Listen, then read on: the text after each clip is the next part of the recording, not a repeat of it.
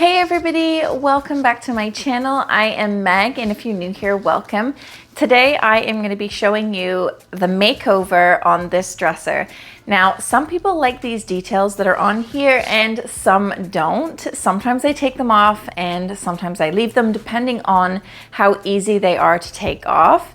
But these are quite easy, and so let's take a look at this makeover today and to see if I actually remove them or keep them.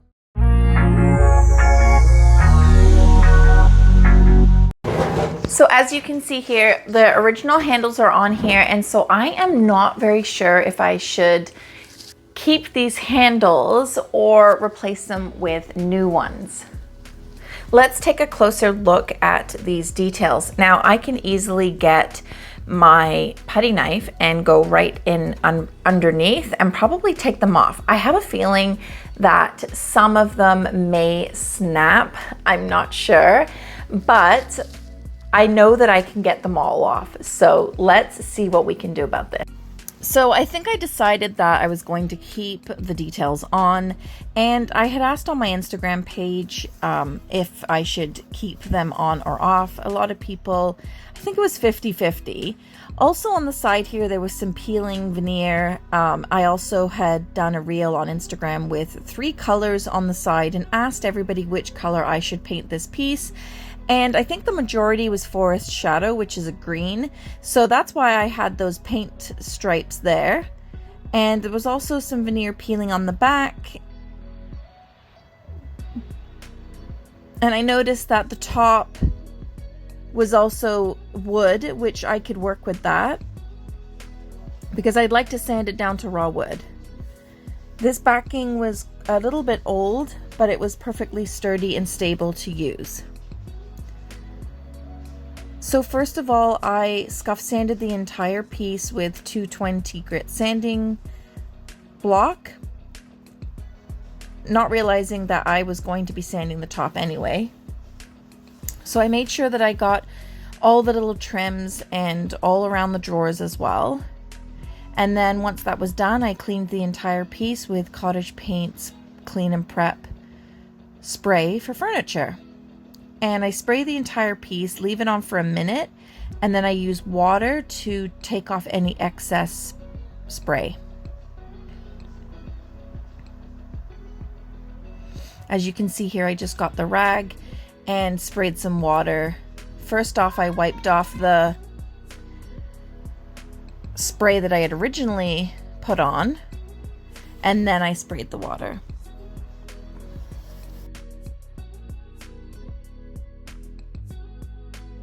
As you can see here, there was a little piece of trim coming off, so I glued that back on, and then I used wood filler to just fill in those peeling areas on the sides.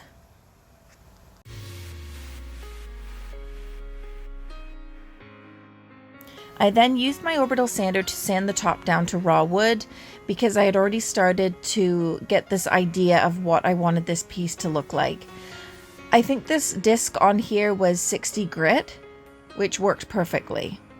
Now, you don't want to use 60 if your top or piece is not solid wood.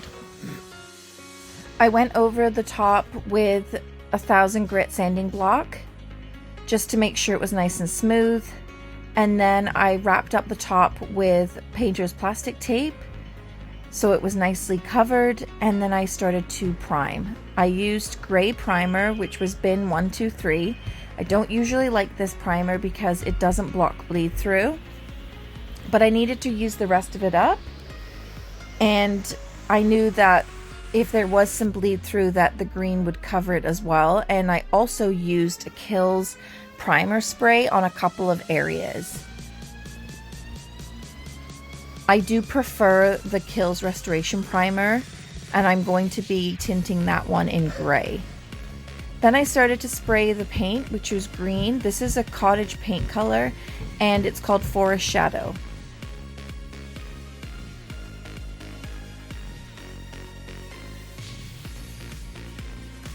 I painted about 3 coats of this color, especially on the sides, as I noticed the wood grain was sort of soaking it up a bit.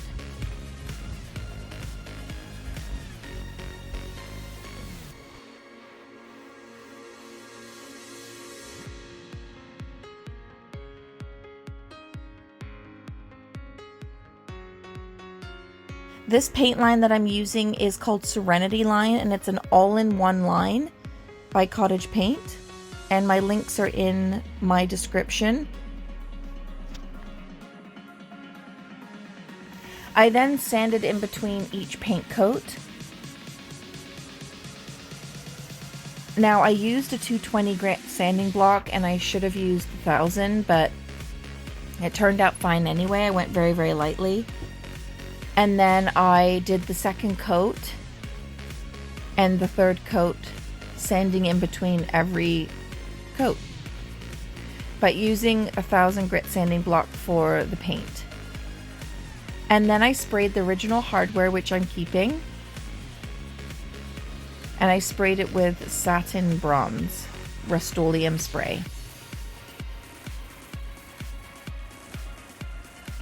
On the top, because I wanted it to stay a natural look, I sprayed water onto the wood, and then I used my paintbrush to brush on some beige paint. This is called Soiree by Chic Paint, and I always use this for the natural wood look.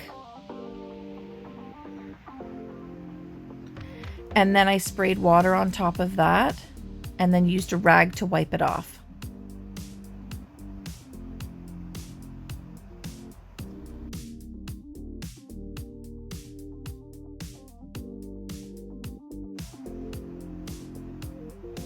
It was then time to top coat the entire piece, and I used Satin Varnish by Cottage Paint. Again, the link will be in my description. I did 2 coats of the varnish and sanded in between top coat with 1500 to 2000 in between coats. It was then time to put the hardware on, and it was starting to look really, really beautiful. I also cleaned up the side trims there. As you can see, there's still some primer there and on the top as well. I took off the tape on the backs, don't forget those, and then screwed in the screws to the hardware.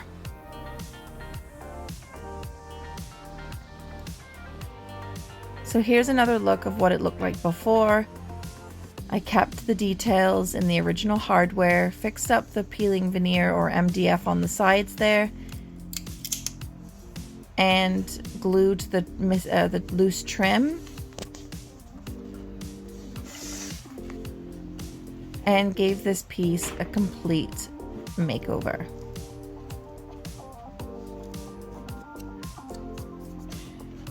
Here's one last look, and here is the final look. I think this turned out so beautiful. I love the hardware with the top, and I love that green. It's so beautiful. Such a great piece. Thank you so much for watching. I hope that you'll subscribe to my channel, like and comment on this video, and let me know what you think. Take care, and I will see you next week.